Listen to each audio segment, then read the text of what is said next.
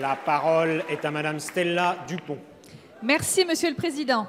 Ma question s'adresse à Monsieur le ministre de l'Économie et des Finances. Monsieur le ministre, les chambres de commerce et d'industrie disposent d'un maillage territorial dense qui constitue un véritable atout pour soutenir nos entreprises et catalyser l'activité dans un contexte économique en profonde mutation. Le réseau fonctionne selon une logique de solidarité financière. La taxe pour frais de chambre, la TFC, majoritairement payée par les grandes entreprises, contribue à soutenir nos TPE-PME à travers l'action des CCI. Ces dernières années, le réseau a consenti à d'importants efforts financiers.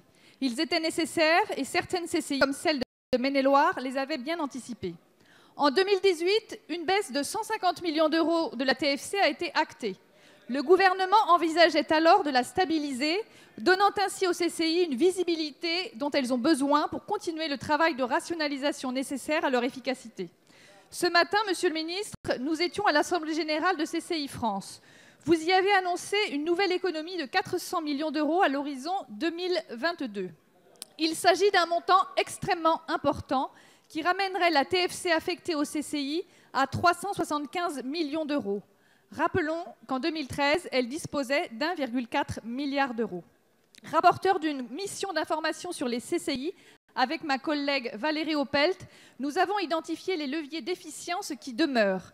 Nous préconisons de les inscrire dans une méthode de réforme structurelle des CCI, fondée sur une vraie réflexion sur leur mission et leur gouvernance. C'est, nous l'espérons, cette réflexion qui animera les groupes de travail auxquels nous participons avec Madame la ministre Delphine Gény-Stéphan, aux côtés des présidents de CCI. Un dernier point essentiel, qui sera suivi avec rigueur par le Parlement. Il s'agit de l'évaluation de cette réforme au regard d'indicateurs de performance précis.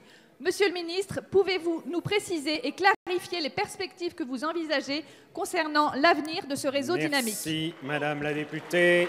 La parole est à Monsieur Bruno Le Maire, ministre de l'Économie et des Finances. Monsieur le Président, Madame la députée Stella Dupont, comme vous, je crois aux CCI. Je crois à leur rôle pour soutenir les entreprises, pour la formation, pour le développement de l'apprentissage. Et c'est précisément pour cela que j'ai proposé au Premier ministre, au Président de la République, que nous arrêtions avec la logique de rabot qui est pratiquée depuis des années, qui inquiète les CCI et qui ne leur offre aucune perspective pour leur ouvrir la voie à une véritable transformation en profondeur des CCI. Oui, j'ai mis carte sur table ce matin et je salue le sens des responsabilités des présidents de chambres de commerce et d'industrie. Oui, je leur ai dit que nous allions, d'ici 2022, économiser 400 millions d'euros sur les CCI.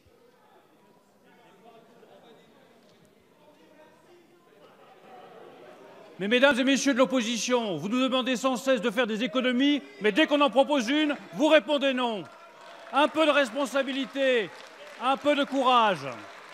Nous, le courage, nous l'avons, de proposer aux présidents de CCI et aux salariés de la CCI une transformation en profondeur, en précisant quelles seront les missions qui seront financées par une taxe affectée, c'est-à-dire par le contribuable, en proposant une véritable réorganisation des CCI autour de CCI France, qui aura une mission de pilotage des CCI territoriales et des CCI régionales, et en proposant également un accompagnement personnalisé de chaque salarié pour que cette transformation sur 4 ans soit réussie. Il y a ceux qui veulent le conservatisme et ne rien bouger. Et il y a ceux qui veulent offrir une vraie transformation des chambres de commerce, de notre outil économique et de notre tissu économique. Nous le réussirons ensemble avec les CCI, avec les salariés et avec votre soutien. Merci, Monsieur le ministre.